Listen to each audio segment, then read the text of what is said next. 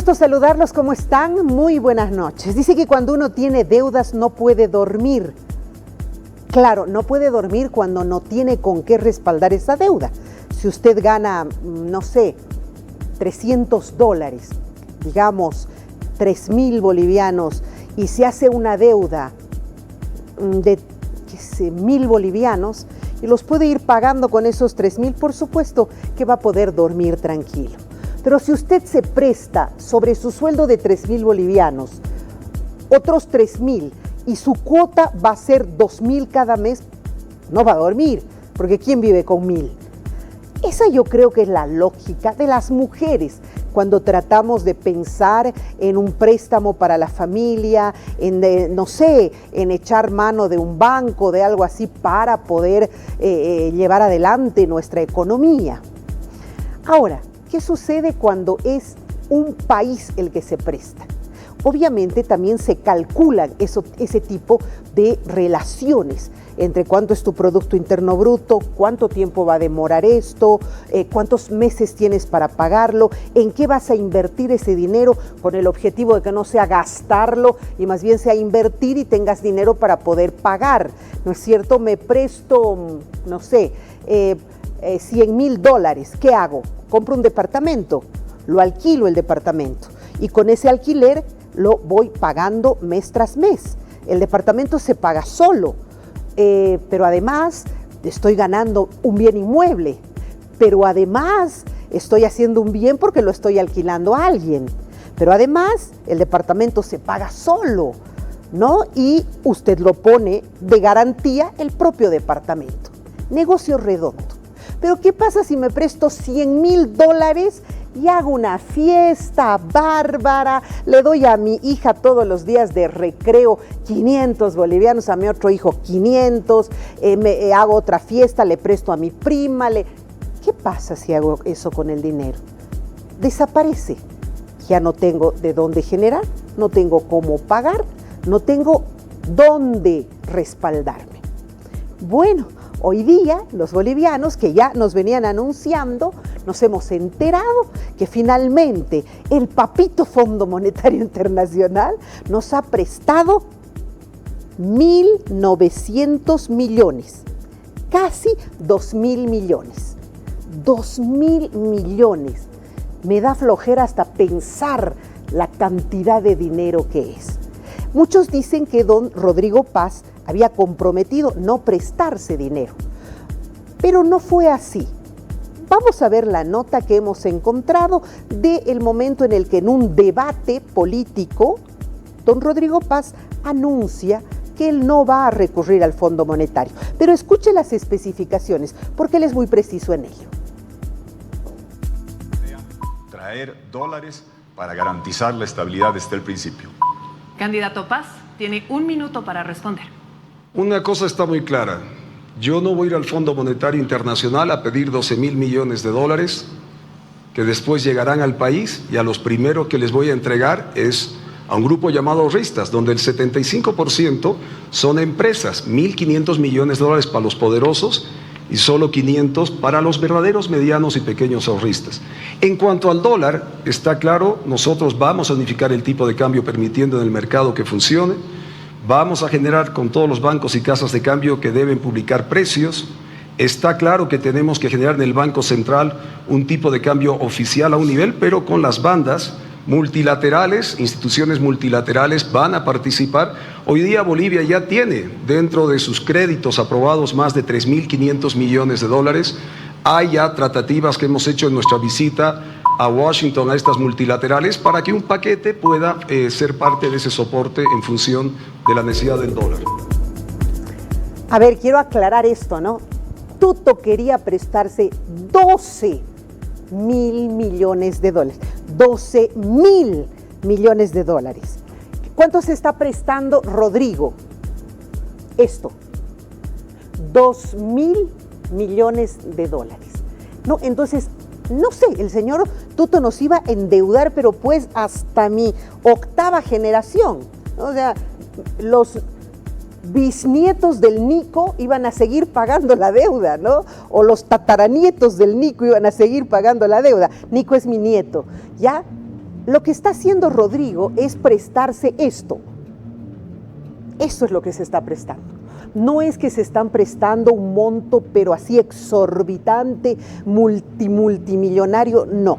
Y cuando él hace referencia, yo creo que, como dicen, al César lo que es del César, ¿no? Él dijo, no voy a recurrir al Fondo Monetario para prestarme esas locura de dinero. Me voy a prestar, ahora lo hace, mucho menos. Y sí, efectivamente, se están prestando dinero, ya está aprobado el crédito y así es como lo anunció el presidente del Banco Central el día de hoy. No sé si podemos decir buenas noticias, sería mejor que produzcamos nosotros los bolivianos y no tengamos que prestarnos de nadie. Pero como los antiguitos se han farreado el país, pues no queda más, ¿no es cierto? Vamos a ver la nota. Con el fondo de 1.900 millones de dólares, efectivamente incrementará la deuda en ese nivel. Pero también tenemos que considerar que este es un crédito en condiciones concesionales, ¿no? Una cosa es endeudarse a corto plazo con una tasa muy alta y otra cosa es endeudarse a largo plazo con una tasa baja. Ese es el crédito del fondo. Va a incrementar nuestro saldo de deuda, pero no va a subir a niveles por encima de los que están establecidos a nivel de los países. No estaremos cerca del 30% en la relación saldo de deuda PIB. Entonces es una buena deuda. Es una deuda que va a orientarse a los objetivos específicos que tiene y es una deuda concesional. Por lo tanto, es una deuda que va a beneficiar a los objetivos que planteamos en política económica. En cuanto al crédito de los 1.900 millones de dólares que nos va a llegar del fondo, es un crédito para balanza de pagos. Evidentemente incrementa las reservas, pero no es como un crédito del BID que va a construir un camino, ¿no? O generar una actividad económica. Este crédito, los créditos del fondo son exclusivamente para balanza de pagos. Para balanza de pagos. Para balanza de pagos, no para inversión, no para proyectos de producción, para balanza de pago. Para eso se están prestando el dinero ahora. He tratado de contactarme con el presidente del Banco Central, me han dicho que iba a hacer un tour de medios, pero que lo hará mañana. No, pues nosotros los periodistas queremos saber en nombre del pueblo todo ahora. Y en unos minutos nada más, tenía que ser a las 9 de la noche, pero me postergaron la entrevista 15 minutos. Vamos a hablar, sí, con el viceministro del Tesoro y también de Crédito Público. Pero aquí hay otro elemento interesante, porque la gente del Parlamento se ha manifestado y ellos tienen una clara postura. Vamos a escuchar, por favor, a Dávila, presidente del Senado. Mire, lo que se está haciendo es ver lo que necesitamos efectivamente, ¿no? Hablar de que si es poco o mucho, obviamente no tiene sentido solo con largar unas cifras, sino está en función a un programa macroeconómico que requiere, obviamente, de inyección de recursos de afuera, de recursos que vienen a apoyar, por ejemplo, los temas de la balanza de pagos, una serie de aspectos, en una economía que nos la dejaron destrozada. Entonces, como planteamos nosotros en la campaña electoral, se está requiriendo los recursos mínimos del exterior que nos permitan ir a la estabilidad, porque la idea es reactivar la economía, que sean la capacidad de generar ingreso, de generar ahorro de los bolivianos, la que sostenga nuestra economía y no ir a requerir montos de crédito exorbitantes que obviamente no le van a dar necesariamente una solvencia a largo plazo a la economía del país. Hay una crítica de decir que nosotros en la campaña no hubiéramos hablado de la necesidad de créditos, no, pero hay una gran diferencia. Algún partido y algún representante de un partido en las elecciones planteaba créditos de 12.000 millones del Fondo Monetario. La idea es de este gobierno más bien requerir los préstamos que efectivamente necesitamos para volver a la estabilidad económica. Voy a saludar muy cordialmente al viceministro Andrés Morales, viceministro del Tesoro y Crédito Público. ¿Cómo está, viceministro? Buenas noches. Estimada Verónica, ¿cómo estás? Muy buenas noches, un gusto de estar en tu programa. Tengo un mal audio, le cuento, lo escucho lejos, como si estuviera en Cochabamba, digamos. A ver, vamos a intentar mejorarlo. Viceministro, ¿estas son buenas noticias para los bolivianos realmente? Indudable, son buenas noticias para el país, porque lo que se hizo ayer con el cierre del acuerdo técnico con el personal del Fondo Monetario es que se dé el sello de calidad a todo el programa que como gobierno hemos planteado y que lo hemos puesto en la mesa al Fondo Monetario, y luego de la rigurosa evaluación que ellos hacen, le han dado ese sello de calidad en miras de dar esa senda de crecimiento y de reconstrucción económica que queremos para el país. Así que es algo muy positivo, porque junto con este acuerdo se inyectan más de 1.900 millones de dólares directamente del Fondo Monetario, pero adicionalmente se gatillan otros financiamientos con el BID, Banco Mundial, CAP u otros organismos multilaterales, porque ven que el fondo ya le está dando este sello de calidad, como te mencionaba, a nuestro programa. O sea, eso quiere decir, en palabras para nuestro pueblo, que ya que el Fondo Monetario nos ha visto como un país creíble y nos ha prestado, nos podemos seguir prestando. En realidad lo que te permite es que los otros organismos también van a entrar en esta lógica de apoyar este proyecto de reforma y de reconstrucción de la economía, y bueno, se te abren otras oportunidades, porque como bien lo decía el senador Ávila, el presidente del Senado, se requiere de recursos para poder reconstruir toda esta economía que la habíamos encontrado totalmente destruida. Así que significa eso, pero obviamente precautelando que estemos dentro de los niveles óptimos de la sostenibilidad de la deuda, y es un tema que también lo ha valorado y lo ha evaluado y ponderado el Fondo Monetario. ¿Hemos demorado en convertirnos en un país creíble para el Fondo Monetario? Ha sido todo este periodo de ajuste de la gasolina, de dejar de incentivar ese tema, de regular un poco el dólar. ¿Han sido requisitos que el Fondo Monetario nos ha puesto? No, para nada, estimada Verónica. En realidad nosotros sí tuvimos un acercamiento y conversaciones constantes con el fondo desde que iniciamos gestión de gobierno, pero nosotros teníamos un plan definido, una ruta crítica totalmente planteada. Necesitábamos primero ordenar la casa para realmente ver y evaluar cuál era el impacto del daño que nos habían dejado. Una vez hecha la evaluación, acompañada con las primeras medidas que hemos llevado adelante, bueno, ya en mayo iniciamos formalmente las conversaciones técnicas con el fondo, que bueno, se traducen ayer con la firma o con la ratificación ayer de que tenemos ya un programa totalmente aceptado por el Fondo Monetario. Ya entre esa aceptación, ¿está, por ejemplo, en algún caso algún requisito sobre quitar las subvenciones? Porque la gasolina sigue siendo subvencionada, el diésel también, cierre de empresas públicas. ¿Hay algunas condiciones como esas? En realidad, nuestro programa está basado en 5 ejes. Uno es indudablemente la estabilidad fiscal, y eso significa continuar con los ajustes en pos de ir reduciendo el déficit fiscal que hemos heredado. Ya el primer paso lo damos con el presupuesto reformulado, que ya ha sido promulgado por nuestro señor presidente, donde reducimos en 7% el déficit, y bueno, vamos con una trayectoria de reducción del gasto en ese sentido, y obviamente ahí encuentra la evaluación de cómo están nuestras empresas públicas. También hemos puesto a conocimiento del fondo la intención que nosotros tenemos respecto a los precios de los subsidios. Hay un decreto que lo hemos vegetado hace un par de semanas, que establece que los precios no se mueven hasta enero del 2027, y ahí bueno, se procederá a hacer una evaluación respecto a cómo viene la coyuntura internacional y obviamente toda la sostenibilidad fiscal que también tenemos como país.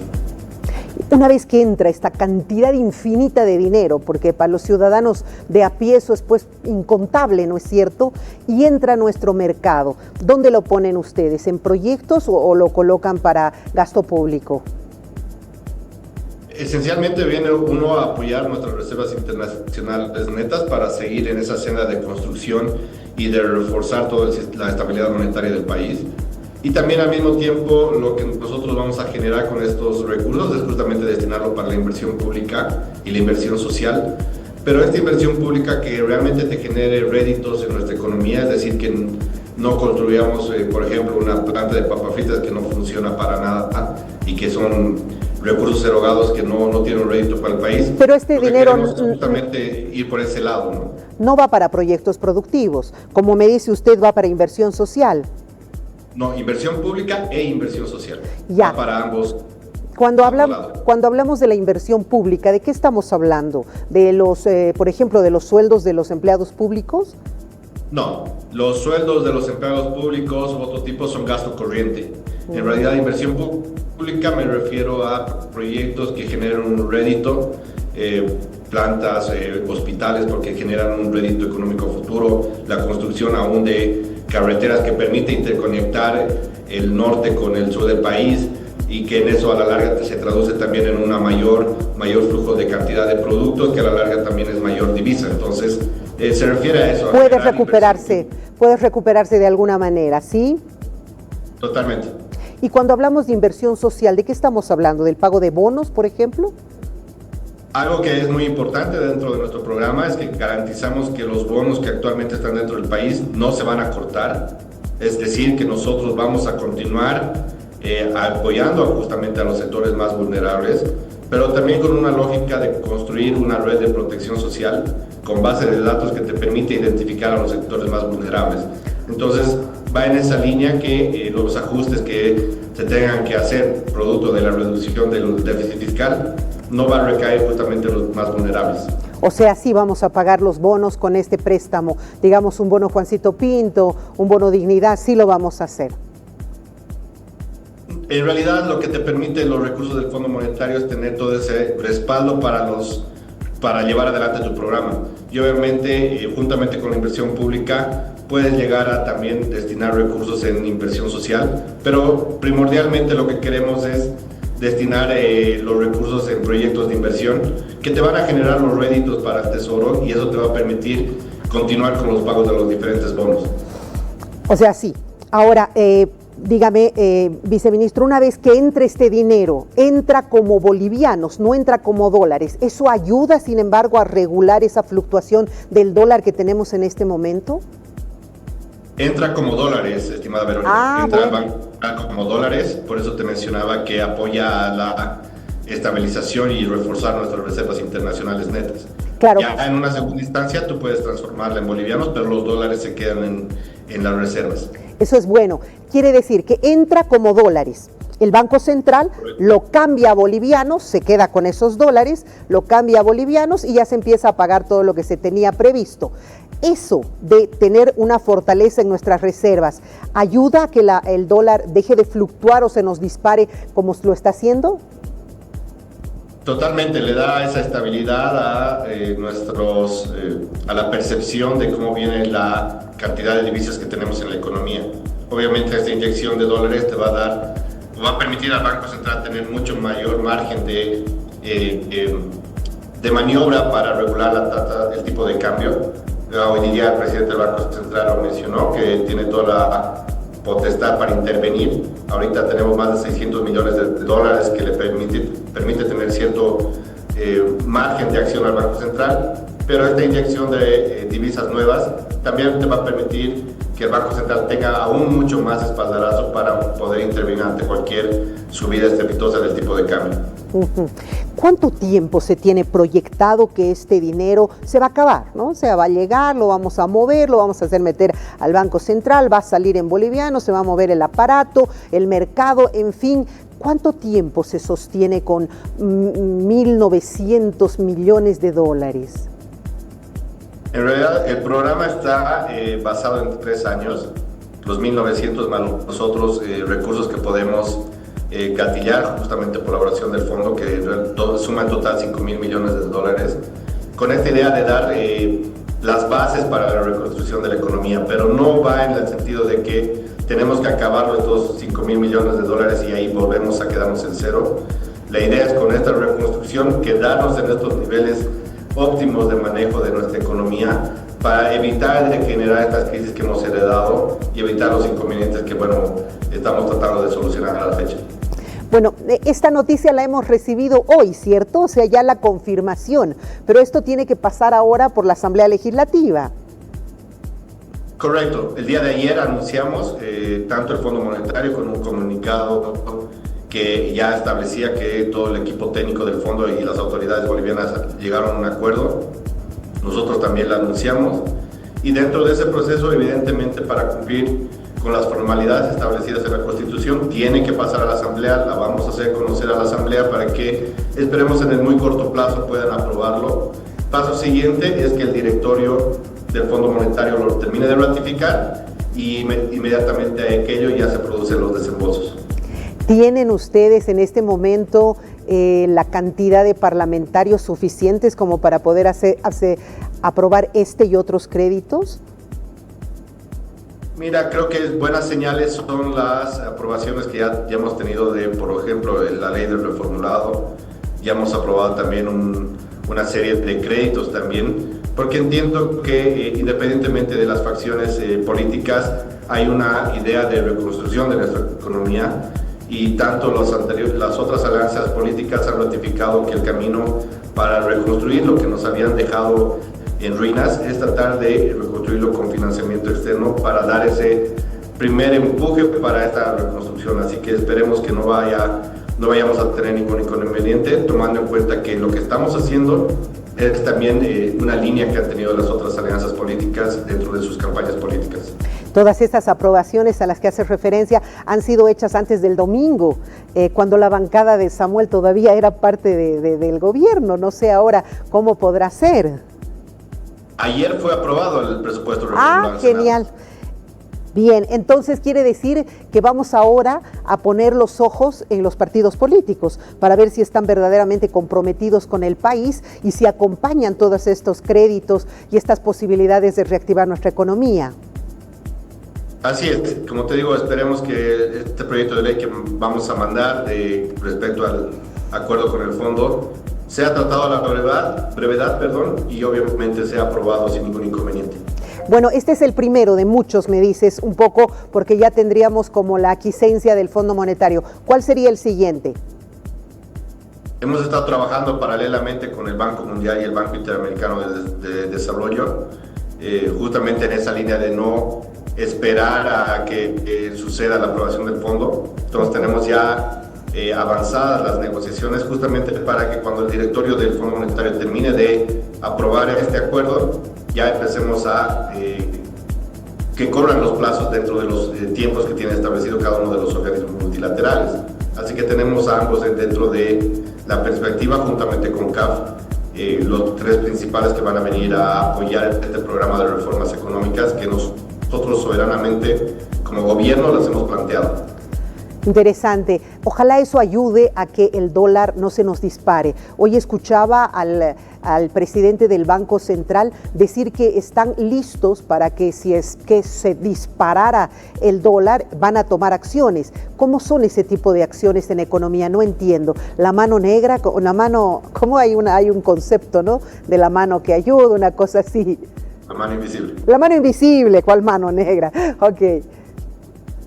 Bueno, mira, está dentro de las atribuciones que tiene el presidente del Banco Central conjuntamente todo su equipo y deben hacer un monitoreo constante a la evolución del mercado cambiario en este caso, y cuando el momento sea el oportuno tienen que intervenir justamente para evitar fluctuaciones mucho más agresivas. El nivel que se ha tenido con el tipo de cambio estaba dentro de lo previsto, porque entenderás que estamos saliendo de un régimen cambiario que ha estado fijo durante muchos años. De una burbuja. Cierto tipo exactamente, y conlleva especulación, incertidumbre, que esperemos ya se empiece a normalizar. Y así como está subiendo, con la llegada de las divisas igual empiece a bajar. ¿Qué es un límite extremo? ¿20 bolivianos? Mira, en un régimen de flotación no existen límites, pero obviamente lo que va y la tarea que tiene el Banco Central es justamente precautelar los niveles de inflación, y obviamente un factor que podría generar este impuesto que es más duro para la gente más pobre, incremente es justamente intervenir en los momentos oportunos. Así que es una tarea que tiene el presidente del Banco Central para ir monitoreando e intervenir cuando realmente sea el momento óptimo. Mira, justamente hoy estaba por el centro, cerca de la Fiscalía y de los juzgados, y veía que están repletos, sobre todo aquellos que son de conciliación, de temas. Justamente, yo le presté en bolivianos, pero ahora quiero en dólares, o yo puse mi anticrético en dólares, pero me quieren devolver a bolivianos, al monto. Es decir, están repletos y saturados todos estos espacios de conciliación por este tipo de temas. ¿Hay alguna política que se esté pensando para ayudar y resolverlo? Mira, son acuerdos entre partes privadas donde el Estado no tendría que entrar. Creo que el mecanismo correcto es la negociación entre partes en el cual puedan llegar a acordar cómo va a moverse de aquí en adelante el intercambio de alguna prestación de bien, servicio, alquiler o incluso anticréticos, pero es un tema que tiene que ser monitoreado y manejado entre ambas partes privadas. No hay una línea, ¿no es cierto? No hay una posibilidad de... En este caso ya no es ganar, ganar, en este caso es perder, perder. A ver, perderemos los dos, ¿no? Para que podamos llegar a un acuerdo. Bueno, tenía que suceder en algún momento. Hemos vivido en una burbuja durante muchos años y la burbuja tenía que reventar en algún momento. Muchísimas gracias, Cristian. Un gusto saludarlo. Ha sido muy clarificante toda la entrevista. No, muchas gracias a ti, estimada Verónica. Para mí ha sido el placer. Y bueno, siempre atento a cualquier nueva convocatoria para poder charlar e informar a toda tu audiencia. Así que tengan muy buenas noches. Gracias, de verdad, qué interesante lo que hemos escuchado. Bueno, ahí se vienen todos estos montos que se van a recibir, pero por lo visto hay además una suerte de uno tras otro, ¿no? Va a ir organizadamente, va a ir uno, luego otro préstamo, cosa que tengamos el colchón para estar estabilizados medianamente durante un tiempito. Haremos una pausa, enseguida regresamos.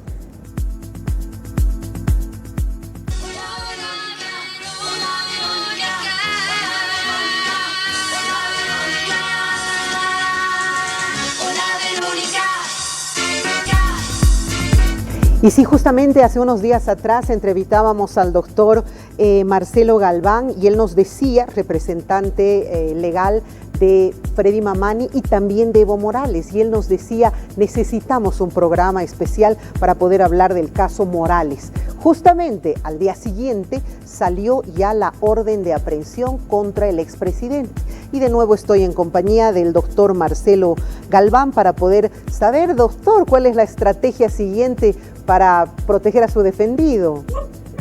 Verónica, qué gusto escucharte nuevamente aquí en Palenque TV, ya dándome un tiempito, escapándome de un compromiso muy importante para mí. Pero creo que es muy importante la nueva aprehensión y qué es lo que nos llama la atención. El Código de Procedimiento Penal tiene un artículo que es el artículo 226 que le faculta al Ministerio Público de sacar órdenes de aprehensión justificadas. Pero para llegar a ese punto, el Ministerio Público debe comprobar de que no conoce el domicilio de quien está siendo denunciado, tiene que comprobar de que esa persona no tiene un trabajo o una ocupación y también tiene que comprobar que tiene la factibilidad para fugar del país y recién ahí se activa el artículo 226 del Código de Procedimiento Penal. Doctor, no sabemos dónde está. Doctor, no sabemos dónde está don Evo Morales. Está ahí en el Chapare, en el infinito y más allá, pero no sabemos un lugar exacto. Me imagino que es a raíz de eso esta determinación. Además que es un lugar casi intransitable para el resto de la... Mira, Verónica, eso es lo que en las ciudades se habla y se dice. No hace mucho tiempo, creo que estaba Nicolás Sanabria Garrón en el Trópico y estuvo hablando y estuvo viendo y entrevistó a gente. La entrada hacia el Trópico y hacia el Chapare es normal. Todos sabemos que el señor Evo Morales está en Laucaeñe, que es del municipio de Chinauta, la localidad Laucaeñe. Cerca de la radio Causachuncoca, ¿no? Porque siempre está ahí cerca de la radio. La localidad de Laucaeñe tiene como centro operario la radio Causachuncoca y al frente está su mercadito y a partir de ahí está la vida de la localidad. Pero mira, tú sabes dónde queda eso y sabe todo el mundo y todo el mundo lo ve en los tambaquís trabajando el agro. Es un agricultor y un piscicultor y ganas de irse por lo menos no lo veo desde que ha vuelto al país y siempre está apareciendo ante la opinión pública. ¿Algún canal de televisión, brasilero mostraba que don Evo Morales estaba protegido por varias líneas de gente que estaba con palos, machetes y todo, no permitiendo que se acerquen hasta él? Me imagino que también esas son los justificativos por esta orden de aprehensión. Lo que tú estás diciendo no está en el marco de lo que dice el artículo. Ellos tienen que comprobar que no conocen dónde viven y el país entero sabe que vive en la OCAI. Tienen que comprobar de que no tiene una actividad laboral. El país entero lo ve sembrando tambaquís, dando comida a los tambaquís, cultivando naranjas, mandarinas, sembrando yuca, sembrando árboles de palta, haciendo lo que hace un agropecuario, un indígena, un campesino. ¿Nunca huiría don Evo Morales? Bueno, sigue aquí, es el que hacen todo para espantarlo. Él ha decidido quedarse en el país porque sabe también que es un actor político muy importante y ahí tenemos que llegar de una forma muy clara. En este caso, estamos hablando de este caso de la última orden de aprehensión que sacan en Santa Cruz. Tienen que cumplir con la formalidad. Esta tarde me preguntaban y me decían, ¿por qué no se presenta de forma espontánea?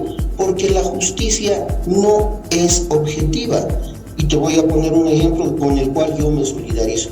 Más allá de que sea culpable o no sea culpable, el exministro de Hidrocarburos, Mauricio Medinaceli, se ha presentado de forma espontánea. Y aunque él se ha presentado de esa forma, igual lo han detenido activado la orden de aprehensión y lo han llevado al Ministerio Público y hoy en día está en celdas. O sea, entonces, ¿bajo qué garantía de imparcialidad, de objetividad vas a ejercer tu derecho a la defensa? Y por eso nosotros ponemos ese enclave, que cumplan la formalidad para poder nosotros ejercer el derecho a la defensa. Doctor, y en eso reitero mi solidaridad con Mauricio Medinaceli. Y la de todos los bolivianos. Imagínese un hombre brillante en todas partes del mundo, menos en su país. Ahora, lo que nosotros vemos ahí con preocupación es que de pronto son varios los procesos que le están iniciando a Evo Morales. Uno en Tarija, otro acá. ¿Esto es un tema político o de verdad hay razón, como dicen muchos activistas de defensa de los niños, niñas y adolescentes? Bueno, si vamos a hablar del proceso en Tarija, mira, Verónica, este proceso se activó por primera vez en 2019. No sé si recuerdas, vino este periodista en Trambasaguas de España. Sí.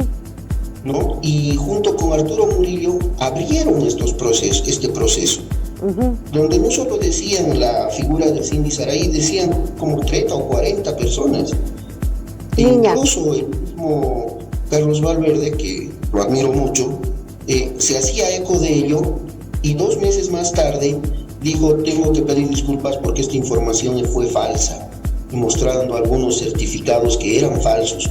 Y a raíz de eso se logra el rechazo a esta investigación. Estamos hablando de paso de un gobierno contrario a Evo Morales, como era el de Yanine Áñez. Ya en 2020 se ratifica este rechazo. Y al ratificarse ese rechazo pasa a cosa juzgada.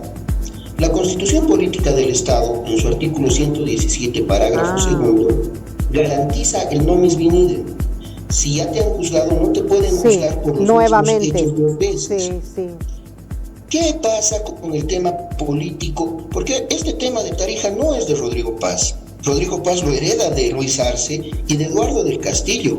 Y Eduardo del Castillo ordena hacer informes de inteligencia para abrir los mismos hechos, pero esta vez con la figura de trata y tráfico. Bueno, entonces estaríamos hablando de que es una intención política.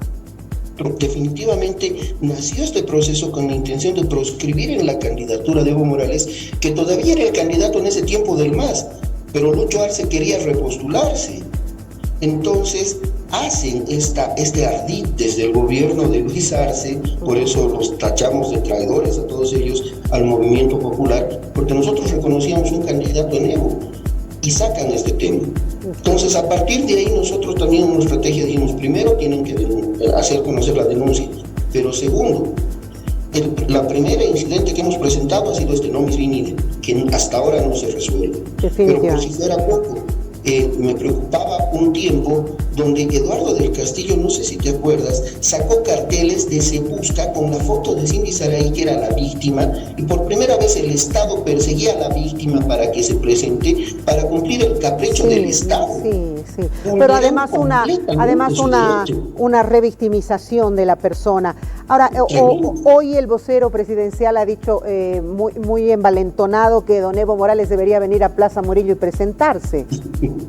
Bueno, eso ha sido una respuesta a lo que el día de hoy en el ámbito político decía don Evo Morales, y lo desafiaba Rodrigo Paz, que le decía, venga la Ucaeña que yo le voy a enseñar a gobernar en el marco de la Masúa, Mayuya y Amaqueya, ¿no? Y le daba todas las garantías.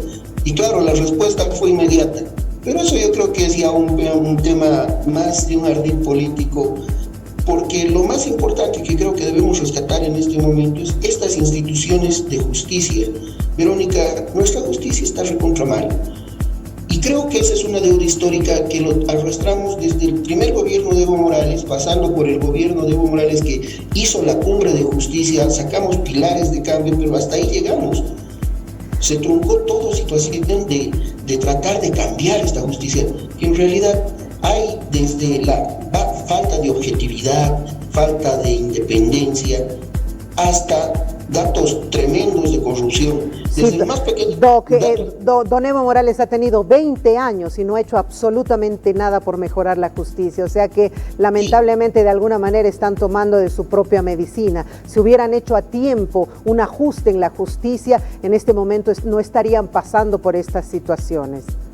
Verónica, es que en ese momento, el 2016, sí, mediados, casi finales del 2016, se hizo una cumbre nacional de justicia. Me acuerdo, claro que sí. Pero no se llegó a nada.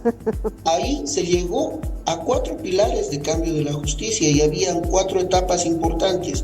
Una primera que era hacer un análisis económico para hacer una inversión para 20 años de mejorar infraestructura, mejorar temas informáticos, hacer una interoperabilidad. El segundo pilar era precisamente hacer una auditoría entre el Consejo de la Magistratura. Pero eso tendría que haber sido trabajado durante el gobierno de Luis Arce y no se hizo. Desgraciadamente, Luis Arce se dedicó, mil disculpas a toda la población por lo que voy a decir, a robarnos a todos los bolivianos, y eso también debe juzgarse en la justicia boliviana. Querido doctor, usted ya ha mandado un memorial para poder pedir alguna situación nueva ante esta orden de detención. Como última pregunta. Sí, Verónica, el equipo jurídico de Santa Cruz va a elevar precisamente este incidente de orden de aprehensión ilegal, ya que no ha cumplido las formalidades de ley, y dejaremos de que esa orden de aprehensión quede sin efecto. Si es que no lo hace el Ministerio Público, dejará pendiente esta tarea y estaría formando un incidente de actividad procesal defectuosa absoluta, que por más que avance ese proceso, cuando se resuelva este incidente, quedará en foja cero nuevamente, porque se anularían todos los juzgados. Dígame, ¿cómo explican ustedes el hecho de que la policía lo vea a don Evo, lo saluda cariñosamente además y no le hace ninguna acción de detención, por ejemplo, de aprehensión en este caso? No, pero lo que pasa es que esos 2 efectivos policiales, aparte de haber sido linchados en redes sociales y estén siendo linchados por el Ministerio de Gobierno, hay un principio.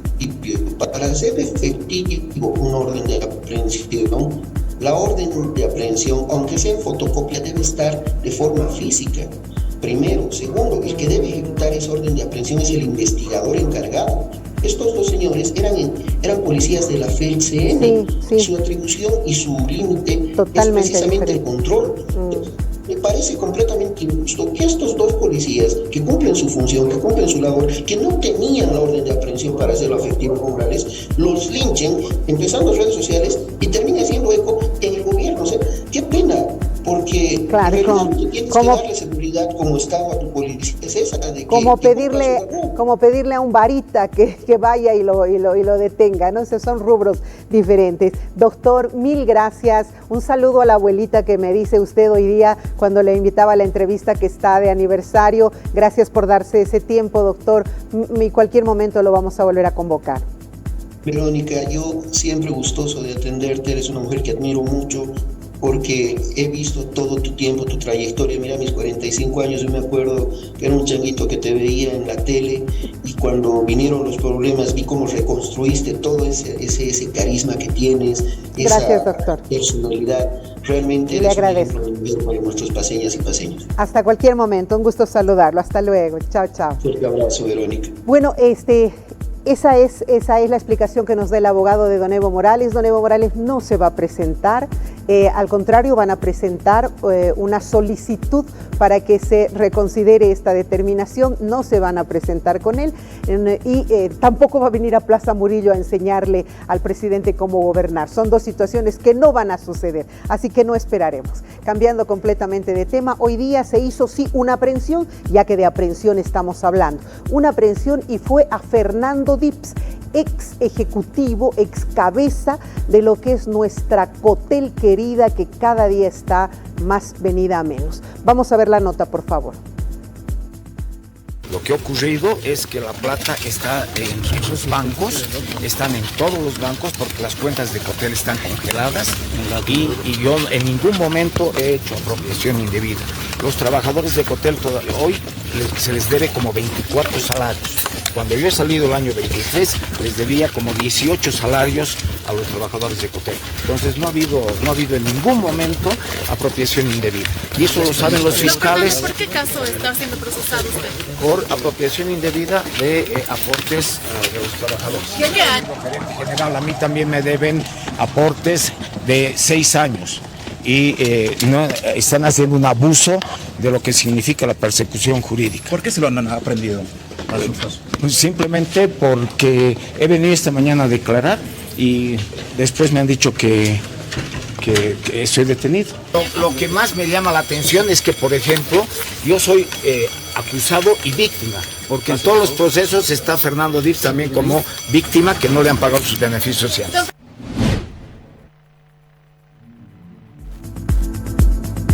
Sí, ha sido detenido el día de hoy. Fernando Dips ha estado muchísimos años relacionado a Cotel, muchísimos años cercano a Cotel, muchísimos años administrando Cotel y hoy día ha sido detenido. Tengo el contacto con Javier Mamani, él es miembro del sindicato justamente de Cotel, que nos va a explicar un poquito si esta ha sido una medida justamente de los trabajadores de Cotel, del sindicato de Cotel, o más bien de dónde ha sido tomada esta medida. No lo tengo, así que voy a hacer una pausa entre tanto para luego contactar con él.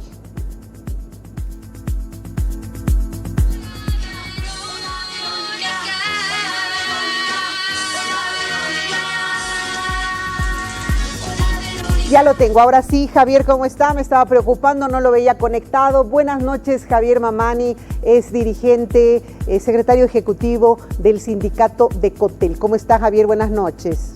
Buenas noches, Verónica. Prestos para las consultas que tengas, ¿no?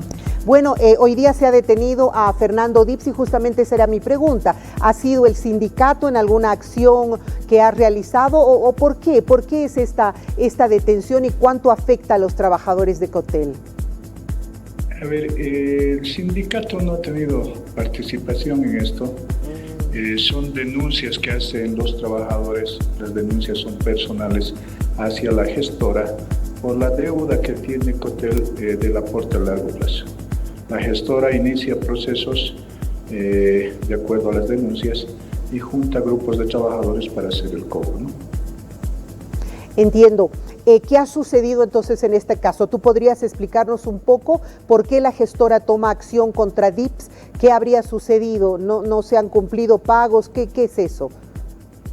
A ver, en esto hay que aclarar y retroceder a la gestión 2017, porque en la gestión 2017, cuando el señor Edwin Portocasero fungía como gerente general, él con un instructivo, el 026/23, corta el pago del total de los trabajadores hacia las AFPs, tanto Futuro de Bolivia como Previsión. Wow. Ahí es donde empieza este daño irreparable al trabajador, ¿no? Entonces nos deben a nosotros gestión 2017, 18, 19, 20, 21, 22. O sea que no se ha aportado a las AFPs y ahora no se ha aportado a la gestora. Sí, esa es la realidad que ha pasado en Cotel. Y esto es desde agosto del 2017. El señor Dips entra en enero del 2018 y debería de regularizarse también ese pago hacia los trabajadores. O sea, ustedes están bajo el riesgo de no poderse jubilar. El daño está hecho a todos los trabajadores que tal vez ya no están en la cooperativa y no han accedido a la jubilación, como hacen en todas las empresas. La gestión 2023 viene ya un nuevo consejo de administración a la cabeza de la señora Elsie Chávez como presidenta, y el señor Portocasero vuelve a la cooperativa ya como consejero. ¿Qué es lo irregular que pasa? Que en la gestión 2024 hace un golpe el señor Portocasero y se hace cargo de la cooperativa ilegalmente, asumiendo como presidente del consejo de administración. Aquí es donde el señor Portocasero aprovecha y empieza a pagar esa gestión del 2017 cuando él era gerente general. Se paga. ¿Cuánto a pagar? Sí, él ya como consejero, sabiendo que hay procesos de la gestora, empieza a pagar esa deuda que tenía del 2017. Llega a pagar casi como 4.800.000 bolivianos. De esa gestión 2017 se adeuda como 7 millones más. Tengo entendido que este proceso de la gestora es de la gestión 2021, 22, 23, 24 y 25. Entonces aquí están denunciados, vuelvo a reiterar, por denuncias que han hecho los trabajadores, están involucrados 3 gerentes que han pasado por la comunidad. ¿Sería Dips, Portocasero y cuál más? No, está Portocasero, Dips, está el señor Uruchi y está el señor Marín también, esta 4. denuncia que han hecho. Ahora, deteniendo a la persona, no sé cuánto se pueda lograr para que devuelva, para que pague, ¿no? Me parece. Y él al momento de detenerlo, repetidamente dice, a mí también me deben sueldos y me deben, y no sé cuántas cosas más. A ver, aclarar que en la anterior entrevista que hemos estado en tu programa, nosotros hemos dado a conocer de que Cotel adeuda al total de los trabajadores como 27 salarios. Entonces aquí también hay algo que se tiene que tomar en cuenta de que si nos adeudan 27 salarios, las denuncias que hacen los trabajadores también no está acorde a lo que nos están pagando el salario. En la actualidad nos están pagando diciembre del 2023, nos deberían la gestión 24, 25, 26 y no deberían de tampoco hacer la denuncia porque esos sueldos no se nos han pagado en su totalidad. Claro. Eso también hay que aclarar. ¿Qué es lo que pasa? Como las empresas hacen su declaración jurada a la oficina virtual de trámites del Ministerio de Trabajo mensualmente, y la gestora creo que ya tiene en línea esto de las planillas salariales. La gestora asume como si Cotel estuviese al día con los salarios de los trabajadores. Entonces eso hay que tomar en cuenta y hay que ver también cómo van a solucionar eso los que administran la cooperativa. O sea, la gestora en todo caso está haciendo justicia por ustedes. Sí, o sea, la gestora se encarga de hacer los procesos administrativos primero, luego penales para el cobro de lo que adeudan las empresas y así los trabajadores de ese 12.71% que pagamos para nuestra jubilación. ¿Cómo está el tema de Cotel actualmente? ¿Seguimos en confrontación? ¿Seguimos con el mismo problema? El anterior Consejo de Administración ha fenecido su mandato el 8 de abril. Sí. Y por mandato de la AFCOP, que ha dado resoluciones y ha combinado también a la CONCOBOL a que haga asambleas y llame a elecciones en la cooperativa y vuelvan a sus mandos naturales. La CONCOBOL ya ha cumplido, ha hecho 2 asambleas, el 29 de mayo una y el 10 de julio también, en la cual se ha elegido también un comité electoral y un consejo transitorio, no es consejo, un comité transitorio temporal para poder llamar a elecciones, ¿no? ¿Qué día me dices? Un comité. Yo sé, pero ¿para cuándo más o menos está previsto? Han mandado ya al TED para que se pronuncie y veremos que sea lo más antes posible, ¿no? Yo calculo unos 3 meses que se pueda llamar a elecciones en la cooperativa. Y 3 meses. Sí, vengan a manejar consejos de administración, pero que también piensen en la cooperativa. Basta de los clanes familiares que siempre han manejado Cotel y ponen palos blancos también para que se beneficien personalmente ellos y no piensen en la cooperativa.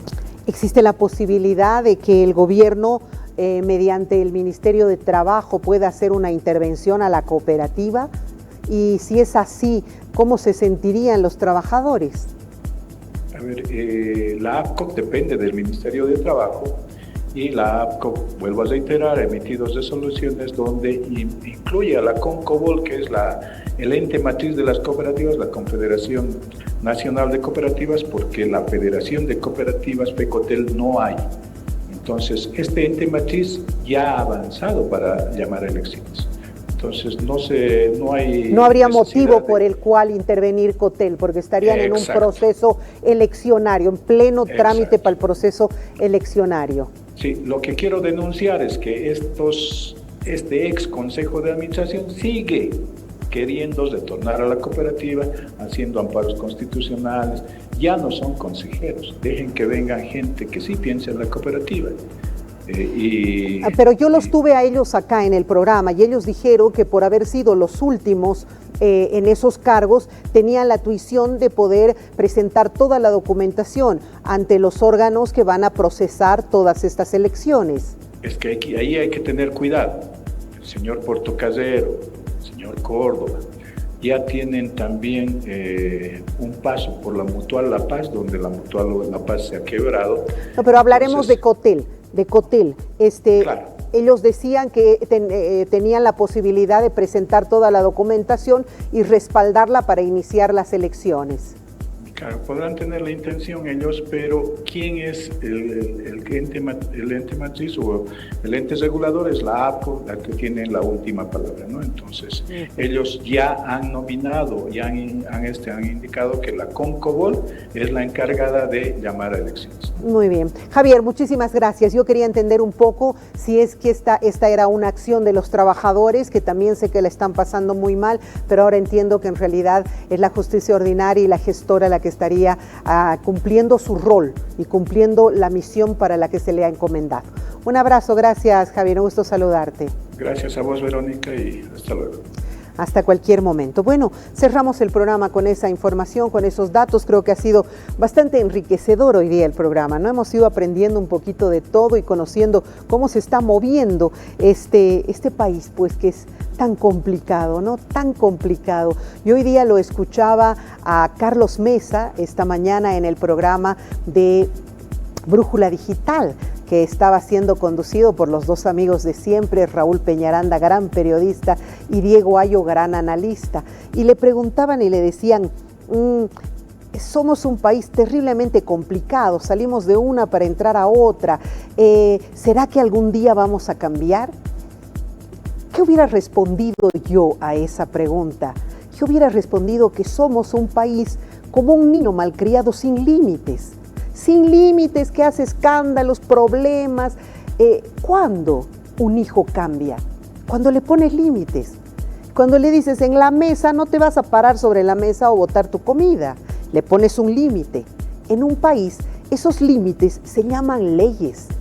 Cuando uno pone una ley y dice usted puede protestar pero no bloquear, es como al hijo malcriado que le has puesto un límite. Después pones otro límite y le dices a tu hijo, aquí Se hace esto, pero no se hace esto.